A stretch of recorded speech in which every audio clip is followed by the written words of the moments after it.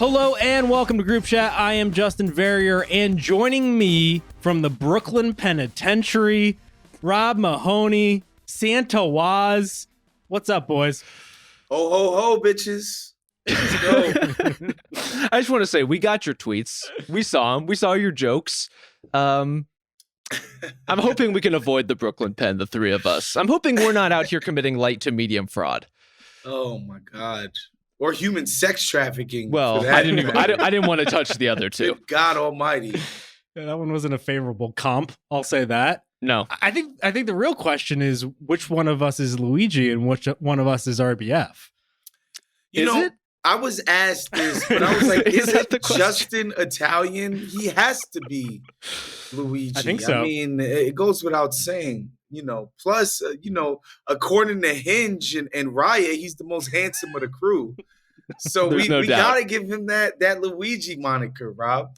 See, I thought, people were just skating right past the Waz as Luigi possibility. Oh, cross-racial comp. I'm just saying, if one of us is a comrade who is fighting for the people, it's Waz. That's true. Well, that and, as Christopher Walken said in True Romance, the Moors once invaded Sicily. So there's that component as well. What else did he say in that speech? Do you want to go through the entire thing? It's probably the best scene in the movie, but no, we don't need to rehash that here. That's okay. Yeah, no, I don't do well on Raya, by the way, so I don't know if I'm at Luigi's status. You catch me on Hinge, though. I put up numbers. There you go. Let's go. Give Justin a shout out if you're on Portland Hinge. I'm on there, so I'll find you eventually. All right, should we get to the matter at hand here? Because it is the holidays, and in particular, it's one of our favorite holidays. It is NBA Festivus. This is where we air our grievances about anything in the NBA, or if you're me, just all walks of life. Yeah. The good thing is today is actually what people consider actual Festivus. So I feel like the timing for this is quite ripe. Yeah. Do you feel moved by the spirit, Justin? This is really your Super Bowl, I would say. I feel moved by this particular spirit, the gripe spirit, pretty much every day. This is a 24/7 thing for me. But I don't have the poll this year. I don't have Micic. I don't have the photo. So I know. I'm trying to celebrate this with my heart, not necessarily with my accoutrement. Well, look, you've gone through a move. Things famously get just misplaced. The tree, you can't quite find it. You don't have all of the accessories and decorations you need.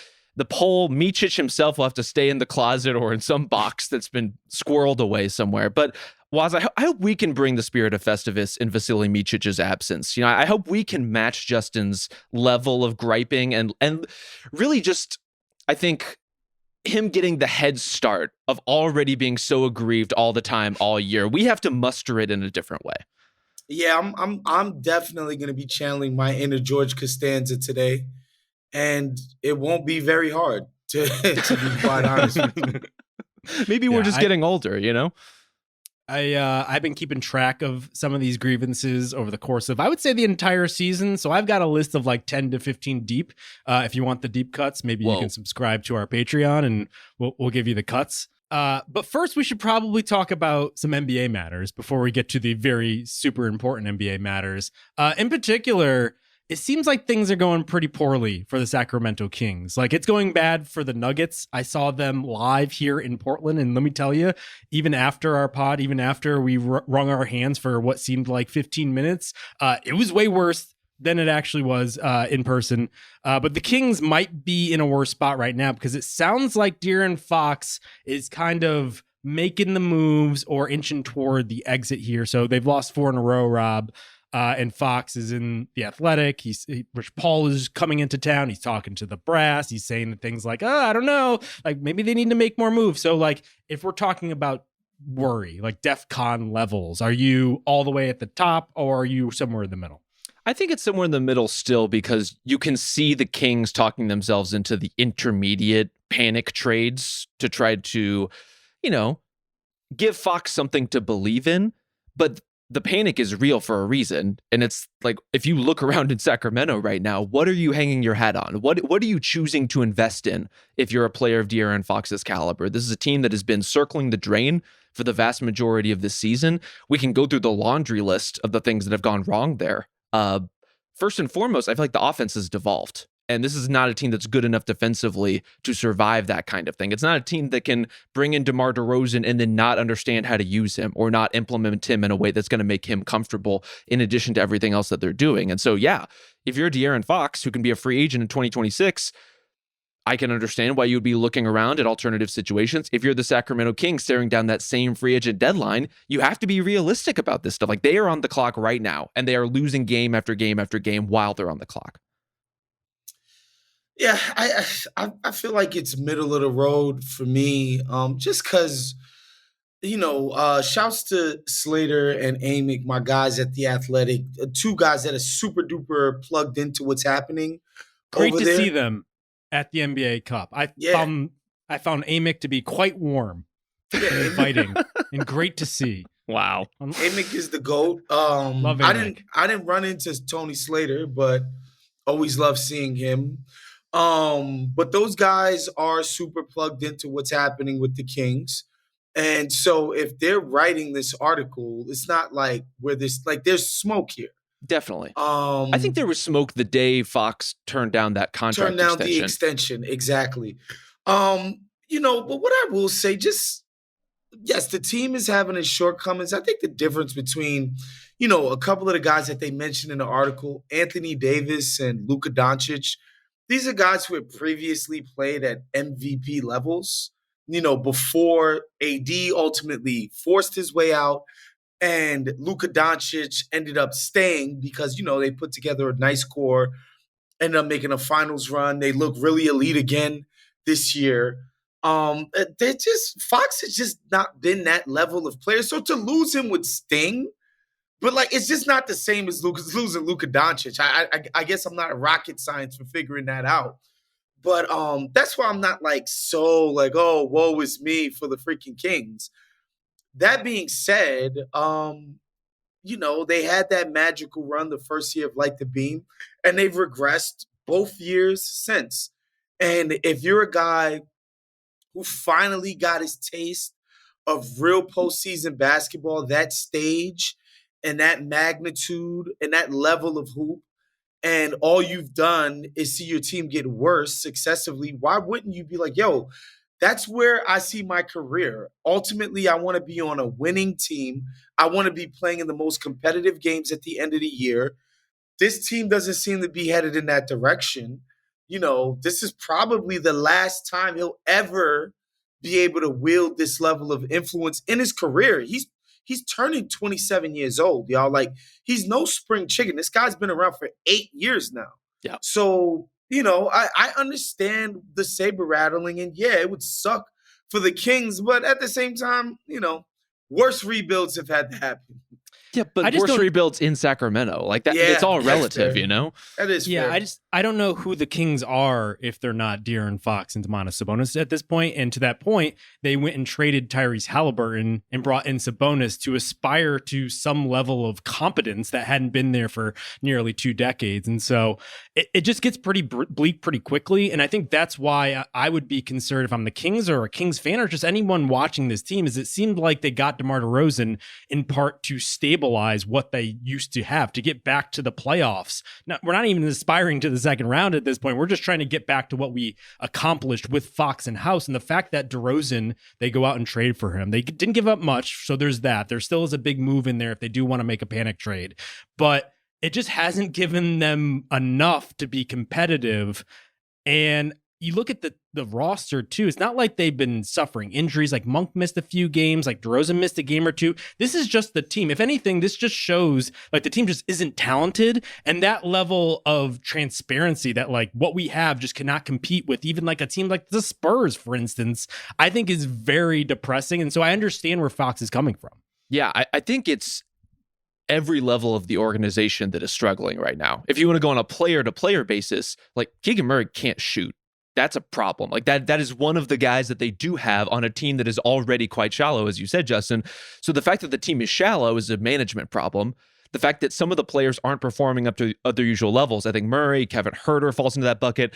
DeMar is hard to place in this because it's tough to parse out what is his discomfort with the offense and what is the team not using him particularly effectively. He scored 2 points in that blowout loss to the Pacers where the Kings got booed on their home floor. He has scored 2 points in a loss. Like, the last time he scored so few points in a loss was 2014. This is one of the most stable, bankable scorers in the league. You put DeMar DeRozan on the floor, he will get buckets for you, unless he feels this disjointed and he feels this much of an accessory to what they do. And like all of the movement and handoffs that used to feel really dynamic in Sacramento now are so rote and predictable, and teams know how to play it. And there's a lot of heat coming at Mike Brown right now, and I think for good reason. Like, his rotations are very confusing. Like, why Keon Ellis continues to be a marginalized part of this team, I don't really understand. Malik Monk has done well enough as a starter, as you alluded to, JV, but I don't see anyone on this team covering themselves in glory. And when you're De'Aaron Fox, that's when things start to get a little bit spicy. When you're not having faith in the organization to make the right moves, when you're not having faith in your coach to push the right buttons, when you can't look down your bench and say, those are the guys that I really trust to do their jobs, that's when it might be time to move on, to be honest with you. Yeah, also 8 years is a long time, guys. Long time. Like 8 years in Sacramento, many of those years in the wilderness or with weird ownership situations, or just the precarity of being up there. It hasn't been some like smooth sailing great time over there.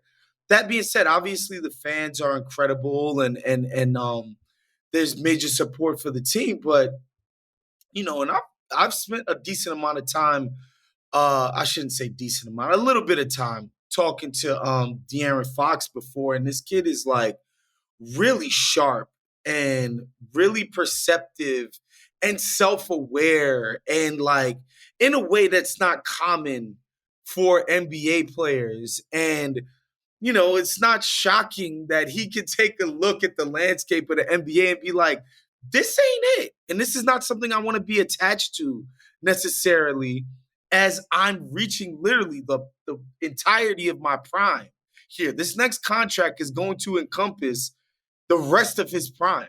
Yep. And so, yeah, I understand why the alarm bells are going up right now. And listen, this is kind of what we were talking about with superstars not necessarily like griping or putting pressure on their front offices in the way that they have in the past, but haven't in recent years, or at least publicly. This seems warranted. Like, to the fact that they haven't gotten anything out of the draft practically since Keegan Murray, which is in 2022. Like, I know Devin Carter, their lottery pick this past year, hasn't played because of injury, but like, they're just giving away draft picks. They punted on one pick 2 years ago in order to re-sign Sabonis at a higher number. But you look at like the lack of a bench, it speaks directly to the fact that they've kind of not replenished anything on the back end when they had the opportunity to do so. Like, it's not like they didn't have the means to go out and add a seventh or eighth man. They've just kind of punted. And those are the type of things, if I'm Fox, I'm concerned about as an organization. And so I'm looking like, where are the next guys coming from? If you make even a big splashy move, who, like, by the way, the Kings haven't really drawn much of it in free agency or in trades. Like, guys still don't want to go there despite the fact that things have turned around a little bit in recent years. Like, that's it. There really aren't many moves left to make here. And so if I'm Fox, I'm looking over at, for instance, the Spurs, a team that keeps getting mentioned as potentially interested in Fox if he does hit the market. And like, there's a runway for me. And frankly, I appreciate it. I appreciate a superstar being like, I could sign for the most amount of money here, or I can go and win and make the most advantage of my prime. Like, that's what something we as fans should be like congratulating. Like, that is the move there. I want to see these guys want to win. Yeah, there's a bit of a tightrope because I want to believe in an NBA ecosystem where fans of a team can grow with the players that are on it and not live under the constant threat that their superstar is going to ask out. But this is not a guy who just showed up, as we've been talking around. It is a veteran, established, entrenched member of the Kings who has not been done right by the organization. And I think we make the jokes about Clutch, but Clutch exists as a correction to the way the NBA used to work, right? It is a grab at power and a shift in a different direction. And the fact that he is represented by Rich Paul is certainly material here.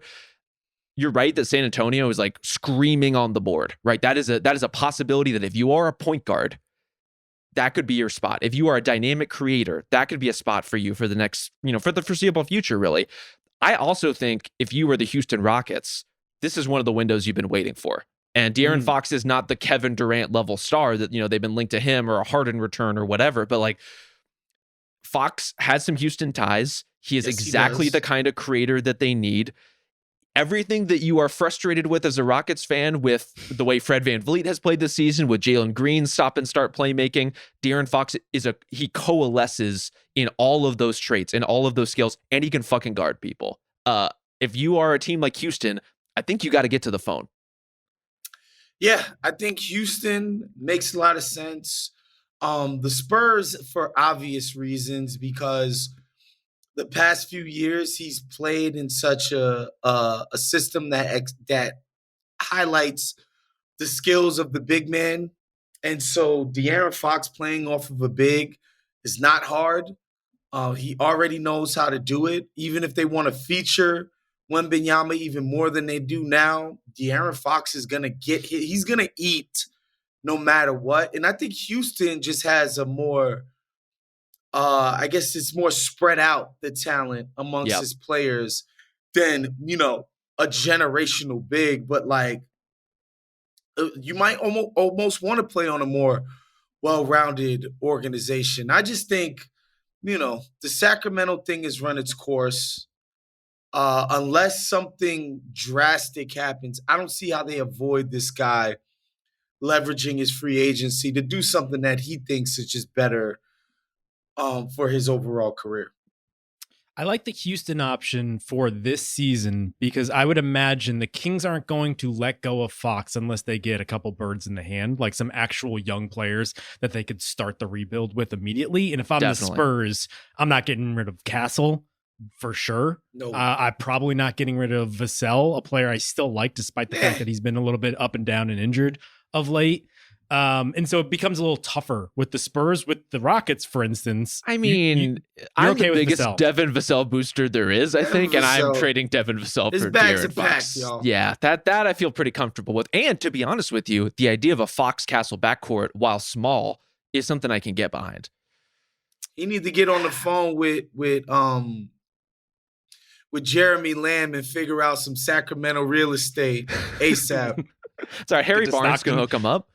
Yeah, that's right. I don't know. I'm still pretty high on Vassell long term, but I get it. If it's Fox, it makes sense. But I assume the Spurs' interest would be for picks, so they could just add Fox to what they have. The Rockets, for instance, as we talked ad nauseum at this point, like 3 to 4 young guys in there for Fox, like that starts making a lot of sense very quickly. Yeah, especially if the Kings are a Jalen Green believer.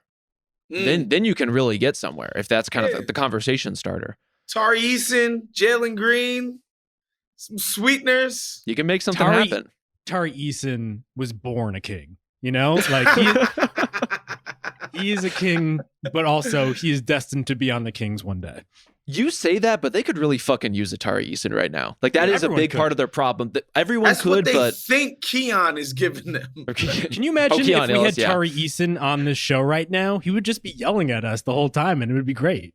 We could use some of that. I think we need to channel a little bit of Tari Eason in 2025. Just like get into each other's faces a little bit more. Raise our level of antagonism on this pod. We need to be mean to each other in 2025. That's what we need to do. We need to turn the page toward just aggressiveness. And as a result, how about we get to our grievances right now? Please. Yes. Yeah. Let's do it. What a perfect time to bring in our favorite holiday. So every year we air some grievances, as we mentioned, as a nod to Festivus, a sort of real holiday now. It's gone from like a Seinfeld bit to something people bring up fairly regularly and are at the very least like going out there and doing the performance of it for social media or whatever. Here we're going to talk about grievances about the NBA, but sometimes not so much. Who would like to start us off in this feats of strength? I would love to hear a Woz grievance out of the gate. Oh, God. It seems like every week this podcast just turns into how did Adam Silver piss Woz off again this week? And I got to say, man, this All-Star thing, like, I ignored it for as long as I could. I was like, wait, what? The multiple teams and the blah, blah, blah. And then, inevitably Silver goes on his PR tour. Oh, I talked to Steph. I talked to different guys about how to goose it. So they're picking 3 teams? Or is it, no. 4 teams. It's 4 teams. It's 3 plus the winner from the Rising Stars thing. I think it's a combination Rising Stars plus some G League guys. Sorry, 4 teams. It starts in the semifinals, a mini tournament, 4 teams, mini tournament, then a final. Kenny, Shaq, and Chuck pick a team as well. Giving Candace the Rising Stars is bogus, by the way. I just want to go on record. Why? Just why? Like, we know what the problem is. These dudes refuse to play harder. It's not because of format, Elam ending, blah, blah, blah, blah, blah. These guys just don't want to try during the All-Star game. This isn't going to save it. You know, at the very least, just hit me with the East-West. Throw the balls out there. Pray that some pride kicks in. Let's go. And I get it. Like, a lot of it is, well, if you're not trying, if you're not tinkering, then you're not doing. Bruh, stop. We've done the tinkering already. We've done enough of this. It's over. Just back to what it was. East-West. Let these dudes figure it out. Hopefully, John Moran has pissed off enough people. Well, in this case, it'd be his own teammates. But you know what I mean? Somebody, just please make it end with this all-star fixes and tinkering and, you know, Silver damn near being brought to tears at the trophy giveaway at the end of last year's. It's just like, stop it, guys. Just get back to normal, back to basics. Figure out a way to get these dudes to care about hooping, which is what they've been doing their entire freaking lives. Just figure it out. Just figure it out. Just figure it out. Figure it out. Our new slogan. I'm torn. On the one hand, I agree with you. Like, there's been a lot of tinkering in the NBA lately, and in a way that I think makes some of the product unrecognizable to certain pockets of people, makes it feel like every problem is bigger than it is because everything is being addressed all the time. Like, I think that's a real psychological thing that's happening. On the other hand, I think you are underestimating the power of shame.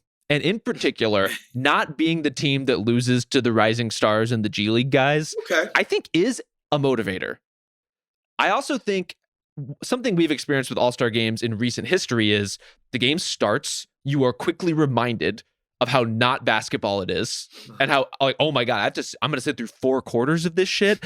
And separating it from one 4-quarter game in which the second half is just interminably long because no one is playing hard and no one wants to watch it. Trading that for 3 smaller games in which we get new people in and have to kind of restart the action. I wonder if that might actually help a little bit, where it's not just, oh, we're rolling into the second quarter, but here are the other teams and one of them might lose to the G League. I think you have the right idea, but I almost wonder if the shame works because there's fewer places to hide. If you're on a team with fewer roster spots, you then are more on stage. There's more of a reason to like give your all or give something approximating that. And so for that reason, I get it. I think the format is interesting enough, but I wonder if it ends up like the draft, the all-star draft that we just had, where it's like a fun novelty for a year or two and then it completely dissipates. I think Waz's whole point is just like, the main thing that they need to solve here is the guys need to care. And so if they don't care in a different format, it's not going to solve anything. I think there's 2 ways to do this. I think you give them money, which is seems like the only thing that people get up for these days, and more power to them. And 2, I also wonder if you revert back to East-West, if the younger generation starts to be like, well, I'm going to care because like I used to care about the All-Star game when I used to play. And I'm talking specifically about Victor Wembanyama, who I saw a quote from was like, go back to East-West. I'm going to care. Let's just turn the page here. I think it's like a generational thing where it's like, oh, this generation did this. Well, we're going to rebuke that and go the opposite way. And we're going to make this a thing. And so I wonder if we just need to hand it over to the young people. Listen, Adam is good at getting a bag. I heard the Saudis have a sovereign wealth fund. We already got the Emiratis involved with the cup. I'm sure the Saudis got some change that they looking to unload. Let's get them involved with the All-Star game. and put some money up. I'm not doing hoop idea involve the Saudis. That's not a thing we are going to participate in. It's not it. It works for our government all the time. It certainly Why can't it work for the NBA? It works for our government, you know. I think the key is just something within the players themselves infusing some level of a competitive spirit. For whatever reason, man, these guys try their damnness at the cup. Maybe it is the money. Maybe it is getting their guys at the end of the bench. You know, in certain cases, 3/4 of their damn salary added on top, you know. Maybe it is just that. But yeah, to me, it's just, this is basketball, guys. It ain't that complicated. You're supposed to want to cook the guy in front of you and not do a glorified layup line for 48 minutes. That's another thing. I'd probably like to see this thing get turned to 8-minute quarters. Like, it would just get us closer to the end of the game faster. But, you know, with the sponsors, and they got to milk every single dollar out of every single thing, the freaking TV partners. And so, you know, I know that's going to be a tough sell. But, yeah, this All-Star thing is just, God, it's annoying me. Yeah.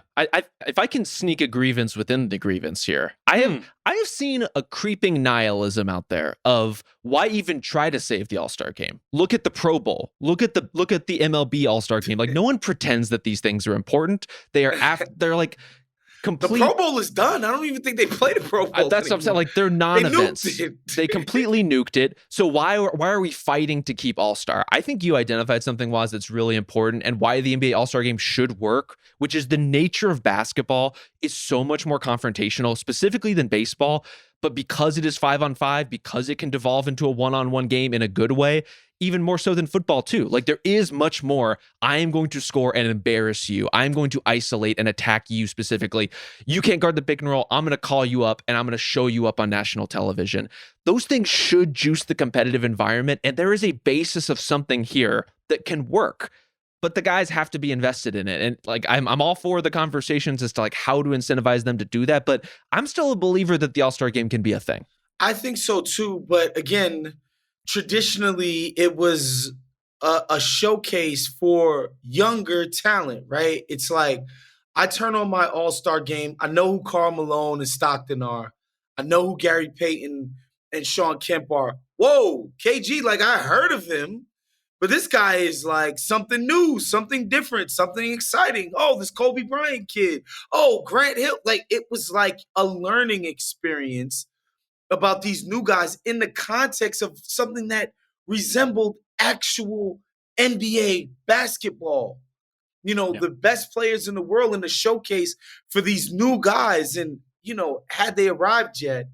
And now that basically everybody's just like, no, I'm not even going to, like, this idea that NBA basketball players, again, these guys have been playing basketball their whole lives. This is their entire identity. That, like, it's just impossible that they would show up and hoop. It's just nuts to me.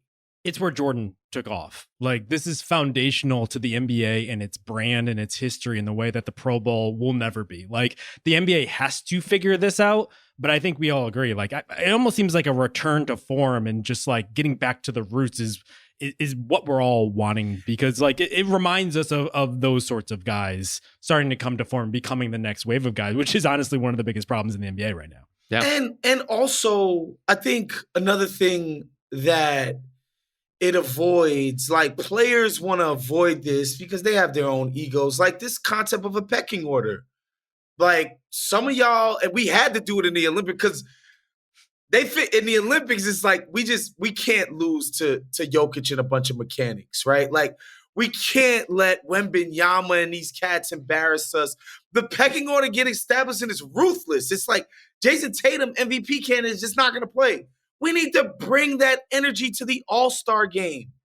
I'm sorry. Like, there needs to be this concept of like this. Some of y'all might show up and not play. Some of y'all might get a quick hook. We're trying to display the best that our sport has to offer, because Newsflash, y'all, we're selling a freaking product to the public. Yep. Let's try to do embarrassing that. people. All right. Please, let's just embarrass some young people. I'm some millionaires. sick of this. Oh, the feelings and the fifis and the sensitivity. You guys are getting paid more than anybody ever. Sorry, if you get embarrassed every now and again, get over it. Cry into your riches. Well, speaking of embarrassing people, I have one here that kind of dovetails with that general idea. Joke Twitter accounts, specifically NBA ones, specifically this NBA Centel guy, woman, people, gotta stop, because there is no joke within the joke Twitter. A lot of the, in air quotes, jokes or tweets that this account sends out are just lies. And for whatever reason, people think that this is funny. Like, I'm willing to go along with it if there was like some artistry behind it. And I guess in a weird, perverse way it is. But the artistry is just disinformation that you convince like adults like us on podcasts that it was real. But it's gotten to the point where even the things they're trying to trick you with are like, they sound like they're not even like crafted to be a joke. They're just like wrong information. I'll give you an example here. Yep. This was from December 13th. NBA Centel. The Warriors would prefer to keep Brandon Przemski out of any Jimmy Butler trade scenarios per Crispy Haynes. It's not a joke. That's just a lie. That's just a lie. I mean, Justin, can I ask you a question? Yeah. Have you ever been Centelled before? I don't think so. Not knowingly. Okay. Have you? I don't know.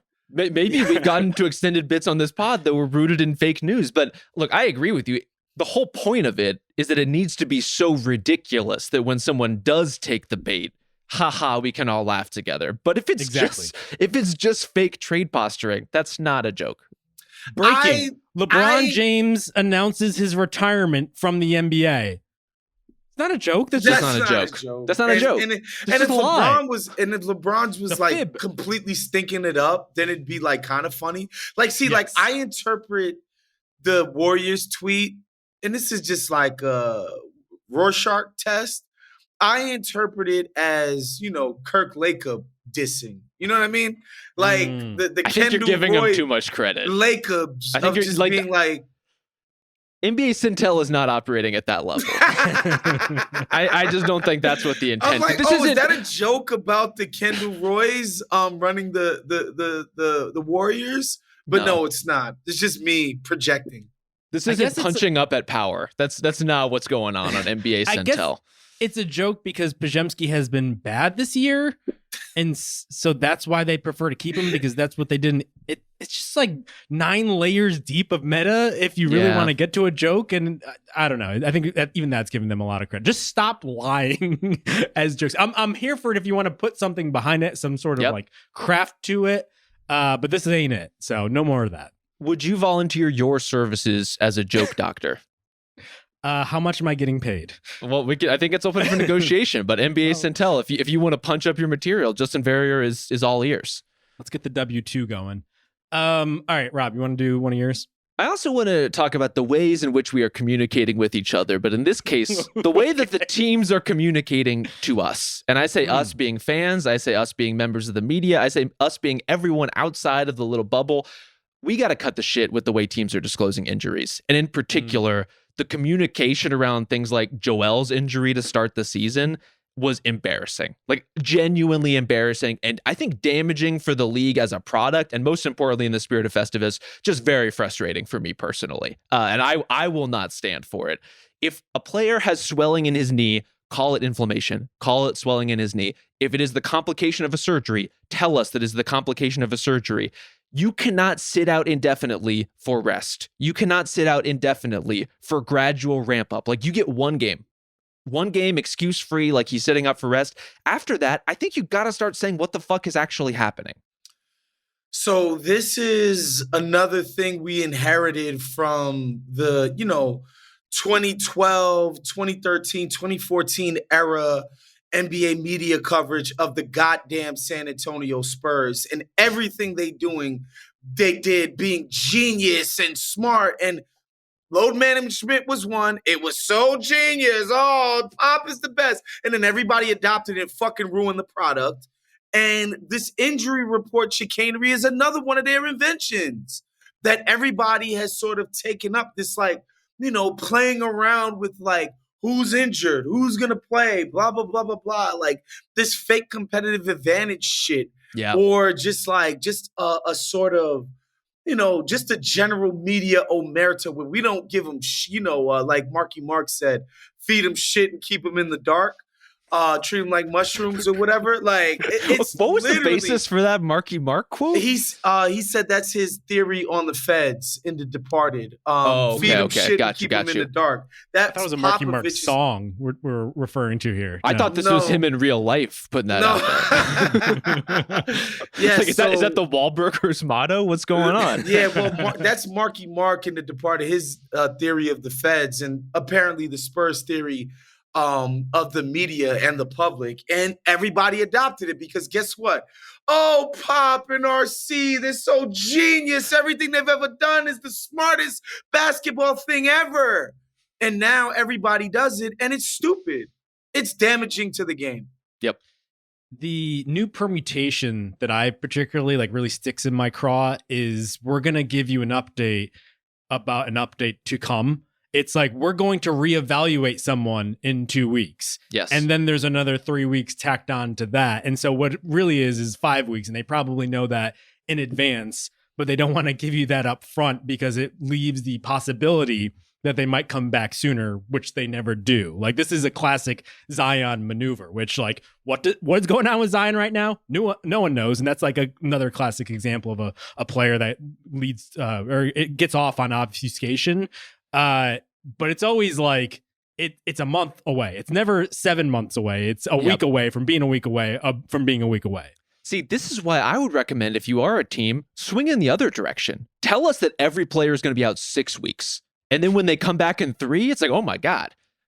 What an incredible trajectory. What a great rehab story. Like, I'm fine. Overpromise. Yeah. Yeah, exactly. Set expectations low and deliver over them, I think, is a totally valid thing. But the way it works right now is just not good for anybody. And I know this because it's not just members of the media who are upset about it. It's not just fans. Like, the interaction between Joel and Sixers fans at the start of the year got really toxic because no one knew what was going on. The communication was trash. And it's bad for the coaches, who the head coach of a team is the most accessible member of the organization. Like, they're available twice on game days, basically every practice or availability. They are being hounded and questioned constantly. When is this guy going to be back? What's the update for this player? And they just have to stand there and be frustrated that they don't have good information or new information or can even reflect accurately what the fuck is going on. So who are we serving ultimately by giving these weird, vague timelines for things? Can I give a hoop idea? What Please. If we sent Daryl Morey to a desert island? Because I almost wonder, when we look back 20 years from now, we'll say everything that we didn't like about the NBA at this time, it's all was Daryl's his fault. I mean, in addition to the Spurs, which Woz clearly has his gripes about, but we're talking about the injury obfuscation, we're talking about the 3-pointers, we're talking about the refereeing and like players trying to manipulate the refs. I think a lot of it ultimately goes back to him. I think you're giving one person too much credit for literally anything. Those are giant league-wide trends. Yeah, but he kind of started a lot of them. Yeah, I think, look, there's a difference to me between there's the things that become league-wide trends because they work. Like, teams shoot a lot of threes because it's efficient basketball. And then there's this shit, which doesn't serve any purpose. Like Woz was mentioning, like, there's no competitive advantage to be gained. It's just the dark arts. Completely. That's and it. in this, just like a little smuggle grievance in this, if you are an NBA head coach and you go up for your preseason availability and you're asked what the starting lineup is and you're like, I'm going to hide this until 15 minutes from now when I have to report my lineup card. Who are you? Why are you doing that? A clown. I don't With get a it. big red nose. I think Quinn Snyder did that while we were in Vegas. So many coaches do it. Yeah. Woz, you want to do one of yours now? Again, something we touched upon briefly, but it's come into stark focus the past couple of weeks, and that's this freaking second apron crap that nobody needed or asked for. Essentially, Adam decided that the NBA should be more like the NFL, and teams should be there should be more parity. funny. There's more parity now, but whatever. That's a story for another day. But it was a solution in search of a problem that just didn't exist. Like, who were these teams? Again, post KD and the Warriors, which I think was a legitimate problem. But it's the only time it's ever really actually happened. And a one-time artificial circumstance that led to it. Yes, that created it. Who were these teams that were just stacking talent that just seemed unbeatable? I remember when, my guy Wendy was like, oh, there's people calling Golden State's championship in 22 a checkbook championship. Because they had Andrew Wiggins and some decent role players. It was absolutely absurd at the time. And the idea was that we need to prevent a 22 Warriors from ever happening again. This was some insanely dominant, crazy advantaged team. It was nuts. It was an ownership group that was willing to spend. That's it. That's all it was. And, this fake problem that we created. And I've become frustrated with it in the past couple of weeks because of the Jimmy Butler thing, where it's just I think Jimmy Butler would make a team that's trying to win meaningfully, tangibly better. This would be a more fun, more interesting, and on the court, a better team, better product, more fun to watch. And it's impossible to get a freaking deal, stitch a deal together because of these new ridiculous rules. And it's never really been pointed out who actually wanted this. And I have a sneaky suspicion we know why. It's because all the owners you expect. Yeah, it's the owners. The owners, it's Cleveland. They just love the idea that no fan base could ever pressure them into dipping into their freaking profits again to keep a winner on the floor. And it's just bullshit. Nobody needed this. Nobody actually wanted this. It's awful. It's classic short-sighted NBA where they want to appease the owners rather than the fans. And so now they're up in arms why are the fans upset? It's because you prioritized the cash flow or not having to overspend in order to be competitive rather than the product, rather than building better teams, which has been proven time and time again. People want to see. People want to see the super teams. They don't want to see the parity in the smaller markets and all this other stuff. And I get it. If you're a smaller market and you don't have the opportunity to land some of those bigger players, you feel like there's a disadvantage. I frankly don't care because the product overall is better. And if you care about money to begin with, this is how you make more money. Yeah. I think it's especially such a cry foul situation when you have ownership who is on the one hand begging for the restraints, right? In this way, to not be pressured to have to spend, not be pressured to dip into the tax. But with the other hand is begging for public funds for new arenas. And it's you got into this spot to spend money. That is your role. That is what you bring to the organization. You do nothing else. You have no other tangible contribution. Nothing. You add nothing but the money. I know these are all self-professed titans of industry who believe themselves to be managerial geniuses. And some of them, I'm sure, are bringing something in terms of organizational value. By the way, libertarian as fuck, not to put my, political cap on, but most of these motherfuckers are the most disingenuous libertarian. Oh, everybody should be able to do what they want, how they want. What do we need the rules and the constraints for? Oh, the market is just the answer to every single question we've ever had in the history of humanity. But then they add shit like this. Yep. Of course. The market solves everything unless we're talking about free agency or the draft or overall spending under the apron. Freaking owners disgust me. It's a lot. I actually have an idea for you guys because I had this down on my list as well. So the apron has become the biggest boogeyman in the NBA at this point, right? All about second apron. Can't do the second apron. Can't even go over the first apron because that restricts you in certain ways now. What if, because the apron is such a deterrent from transactions, we actually get rid of salary matching in trade? So in the NBA, unlike in baseball in particular, you have to match salaries up to a certain percentage, right? So that's why you can't trade Jimmy Butler for Brandon Pajemski straight up. What if we just abolished that and allowed the aprons to do the restricting? And so you could trade a big star for a bunch of young players without having to take back contracts, like the expiring contracts or just bad contracts, which is a huge part of this discourse every single year. And you just let teams, the penalty would just be the apron penalties at that point. So it'd really come down to who wants to spend and who doesn't. Yeah, I actually like that idea. I'm sure there's some unintended consequences we're not quite reckoning with yet, but I agree that it's kind of redundant to have both in a certain extent. And if I can offshoot here into one of my grievances, I just think the current state of the league makes us care about contracts too much. And we have sort of like an addled collective GM brain. And I say that not just for the people who are terminally online and in the trenches arguing about the NBA on the internet every day. I'm talking everybody. Like there's a certain class of player for whom it is impossible to have a conversation about how they play without starting to talk about their contract. Like, you cannot say the name Brad Beal without getting into a giant referendum on how the Suns were built. And some of that is us in the media. Some of that is just like how we got here.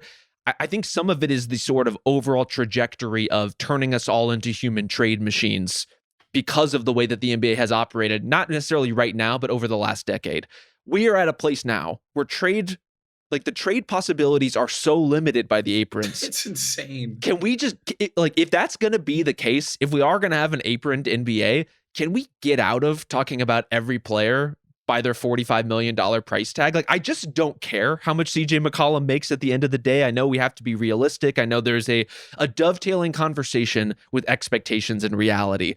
But ultimately, I would like to talk about basketball. And I feel like we spend way too much time as a broader basketball society talking about spreadsheet bullshit. Yeah, we need a more neoliberal, deregulatory environment in the NBA. Y'all can clip that. Y'all can put that wherever y'all want.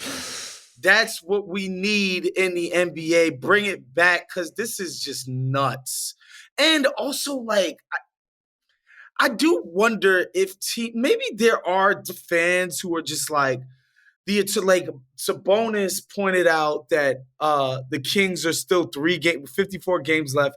They're 3 games out of 5th place or whatever, right? Yeah. No longer, by the way. They have since slipped. This sort of eternally optimistic environment. Maybe that stokes more enthusiasm for the fans. I haven't seen any proof of that. It feels like most people are just like, oh, all these teams seem like they're middling.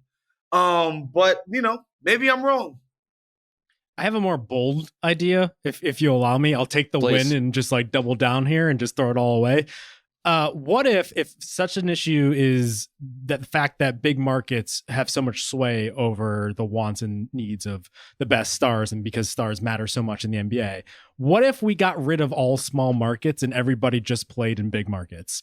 So who fits the criteria to you? This is music to my ears. You're just throwing me to the Wolves here. And I guess the Wolves in particular, the Minnesota Timberwolves fans. In Washington, Charlotte. It'd be tough Detroit. For Memphis to have a team anymore. Milwaukee. You just have 5 teams in New York. You have 5 teams in LA. It's like it's almost like the EPL. Borough. Yeah. Everyone's just kind of in the same area, or even like whatever ones are just based in London. Like, you have 7 teams in the same area. So there isn't really a market advantage. It's all about team construction and maybe, money. LA, New York, Miami, some of the Texas teams. That's it. Yeah. Those are the only teams that get to. We're criminally online now too. Like, people don't want to go to things. Like, just the idea that we snatched the team out of Seattle to throw them in Oklahoma. Sorry, Tyler Parker, I love you, is nuts. But whatever. That's neither here nor there. Like, I think ultimately, I don't know that I care enough about the NBA as a business to advocate for something like this. Like, I just don't care if the NBA is maximized in terms of its profits. Now, if we're talking about, as you said, Justin, the basketball consequences of those things, of where players want to play, then I think I'm more open to it. But also, like, there's a room for glamour markets that are not necessarily the biggest markets. And that's where we're kind of talking crossways. I want to maximize NBA enthusiasm. I don't give a shit what they're doing on the money side. Like, that's their business. But, like, golly, let's maximize some level of freaking excitement about what we're doing here. And the way to do that is coastal elitism at the end of the day. And also, Justin, I have to say, from your perspective, quite selfless, because you were advocating for Portland to lose its team and to give it to LA, basically. Yeah, we will now be the LA3 Trailblazers. There you go. The Highland Park Trailblazers. Just throw a new arena out there. Yeah, I mean, I'm just all for democracy, you know? Rob, do you want to do another one of yours? This is getting real granular. We're getting more into the actual flow of the game. We need to stop challenging plays where there are not points at stake. No. If it's just like an out of bounds in the second quarter, what are you doing? Why are you challenging that? Get rid of the challenge just generally. Honestly, I'm totally down with that too. But so long as it exists, it needs to be used for plays of actual consequence. And like a momentum changing out of bounds call is not enough. That's a good question, though. Has the challenge made basketball better or more enjoyable? I would argue Billy neither. Kennedy's delivery of oh my God. the verdict has made basketball better, but the actual challenges, no. Not a single person has ever been like, oh, thank God we've got instant replay now. Oh, my goodness. We need more stoppage in the final 2 minutes. Please, what did we do before this? Oh, my God. This is so great. Looking at your TV, staring at refs, staring at monitors, looking confused. Like, this is just great for the game. Everybody loves this. I would even go as far as to say it's bad for kids. If you are a child watching the NBA and you are brought up to understand... For one, that you should be calling for replay anytime you play basketball. But also, let me tell you, there's no replay review in real life. There is none. Your circumstances are inherently unfair. Sometimes you just get screwed. Exactly. And you have to move on with your life. That's a life lesson right there. This is what I'm talking about. There are people all around you who are going to make arbitrary decisions about how you live your life that are going to fuck you over. And you need to get used to that at a very formative age. Sometimes you'll have a hot tub in your building that's out of service for months, and nobody even explains it to you. Building management, nobody as to why this amenity isn't even available, and it's been months, and nobody said anything. That may or may not be a personal issue that I'm experiencing, but that's life. Who can say if it's one Woz is going through? Here's a hoop idea. Next live pod from Woz's hot tub. Let's do it. All 3 of us in a hot tub together. First hoop idea, fix Woz's hot tub. Second hoop idea, get us all in there. Let's do it. It circles back to my whole thing about we're constantly undermining the refs. And so we build in these new mechanisms in order to get the game right, like to get the calls on the court right, but it doesn't actually help the product. All it does is save the NBA from the inevitable 2-minute report the next day, or the news are like, oh, they actually got it wrong. And so it really only helps marginally this veil that the refs are omnipotent and they get everything right. Honestly, I go back to my Pope-mobile idea. I think nobody should talk to the refs and we should just listen to them and whatever they say goes.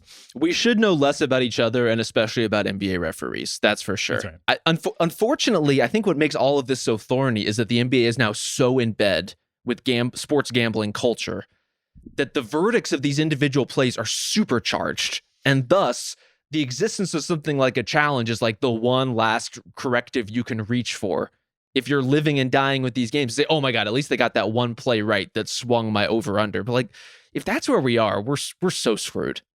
This segment brought to you by FanDuel, America's #1 sportsbook. Here's the thing, too. And again, I get it. The NFL has way more leeway to piss people off and get on people's nerves than the NBA or anything in the history of life does. But, like, if you follow the NFL even a little bit, you know that the Kansas City Chiefs and the refs being, like, in cahoots is, like, it's more than a meme. It's like... This is the thing? Oh, my God. It's nuts. You can't really see any fan-generated Chiefs content that doesn't make reference to like Pat Mahomes sending them gift baskets and shit like that. And everybody just has fun with it. It's hilarious. All right. I have 2 before we go here. One Please. is semi-related, or at least related to basketball. So we'll go with that one first. We need some sort of asterisk or some sort of like addendum when a player goes over into overtime, and we need to asterisk their stat line. And so I constantly see like, oh, this guy put up 50 points, but with 5 extra minutes.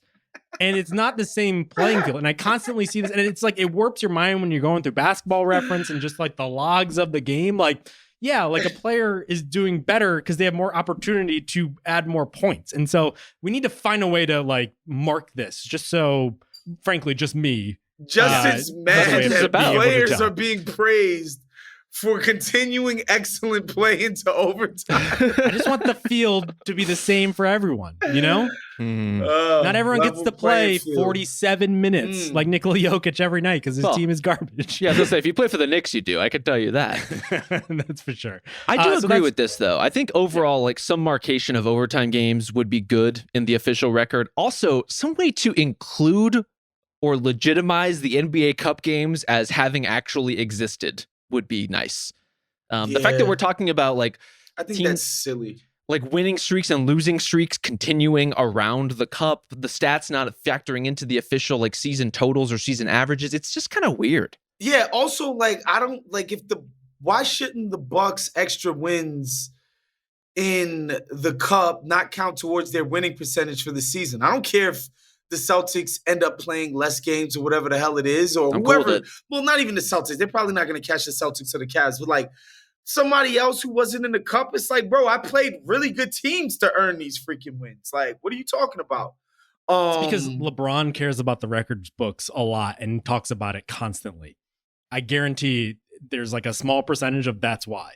Because it disrupts like how many games, when you look back in history, everybody played, just like in the same way that they don't want to the cap on all NBA. Because everybody does it. Like nobody's going to play more than 82 games this year. Man, maybe Mikal Bridges will.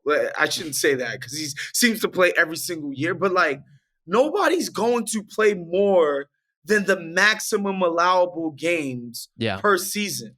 Here's the thing, too. What are we doing? If there was a team, like say that if you make it all the way to the NBA Cup final, it counts as an 83rd game at the end of the day. Wouldn't that be a good marker in the history books to very easily and quickly say, oh, those were the teams that were in the cup because they have 83 game totals? I don't see what's so bad about this. I don't look, if we're going to play 82, what the fuck is an 83? And the idea that the NBA's all-time records have there's some sanctity to those records, like, you know, and I'm a LeBron guy, but like the fact that, remember when they were counting his double digits point streak and pretending like the Mavs game never happened in the finals? That got on my nerves. I was like, well, guys, it was regular season only regular season only where he didn't drop double figures, but whatever. That's neither here nor there. But yeah, the OT thing, Justin, is funny because Jokic played 43 minutes last night. Like, so what if it was OT? Josh Hart does that every single regular game. Yep. So like, you know what I mean? Like, what are we doing Support here? Josh Hart is the ultimate point here. This is a much more important gripe and one that we really need to solve here. Pants are just too big. Just seeing the kids, these giant pants. Yeah, the big Jinko jeans is back. Yeah, it's nasty work. Right. They need like the chain wallet, or they need to go to Bob's. In order to get the Jankos, but they're just huge. It's like hammer pants now. Like you can fit like 4 people in these pants. This is the most millennial coded take that's ever been on this podcast. Well, that's really saying something. And that's the point, because like if you look back 10 years from now, I guarantee some of us on this call might have been wearing pants that were way too skinny for them. They were just clinging way too tight. And I regret that. And so this is more of like a PSA to the younger generation. You're going to regret this. Don't get caught up so deeply in the trends, because when you go to the extremes, my friend, you'll look back and you'll be like, what the fuck was I thinking? 100%. But isn't that also like a neat marker for the passage of time? You know, you can look back and be like, why did I have that haircut? Why did I have that facial hair? Why was I wearing pants that were 3 times too big? How big are your pants right now? Show me your pants. I will not be showing you any pants on this podcast. Because he's not wearing any, ladies and gentlemen. Spoiler alert. No comment on that. But look, I'm not partaking in the Jinko size jeans. I didn't at the time, to be honest with you, because my parents expressly forbid it. Maybe because they were of the Justin Verrier school. They were like, no, you don't need that. And they were right.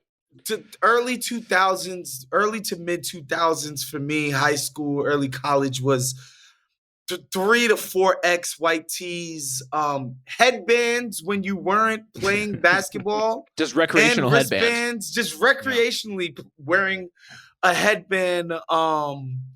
Just horrible, horrible looks for all of us. These Girbaud jeans that had all kinds of like straps and letters on them.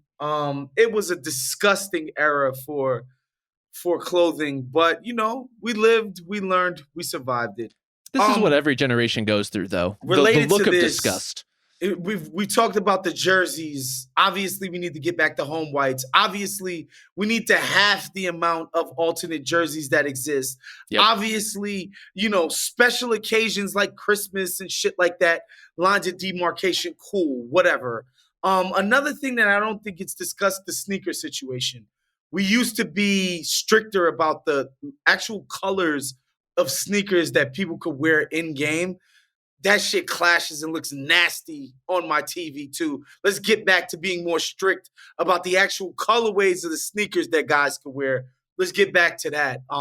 Resurrect David Stern from the freaking grave for it, please. For the love of God. I like this take. What if we just had drab colors that only our comrades would approve of? Like what? Just like the blanket. I'm making a communist joke where it's like we just completely filter out all color and joy from life, and we just have like olives. Your description charcoals. Of communist is just so just Western propagandized. It's what you're talking about is fascism, Justin. It's very different. I am okay with fewer jerseys. There are way too many, and there are too many bad jerseys. Like the new jersey every year. Like we ran out of good ideas 5 years ago. Lord, and when you have a good idea, just fucking stick with it. It's fine. The white and road colors, like that, I don't care about that. You guys are so wrapped up in a white. I do. They're two different colors. We have color TVs. It's fine. No, brand identification, contrast. These things are important. Oh, the team in white is at home. Oh, okay, cool. Dope. Or it's just good. A giant logo. Like there's a giant screaming hawk in the middle of the floor. Like who could this be? Yeah, but that hawk could be completely different colors from the colors the hawks themselves are actually wearing. It's play, bruh. It's craziness. All right. I also have a gripe about Sydney Sweeney being the ultimate bad hang, but that's a whole other story. We can get into that. Whoa. Why don't we wrap it there? Merry Christmas to all. Happy Hanukkah. Whatever you celebrate.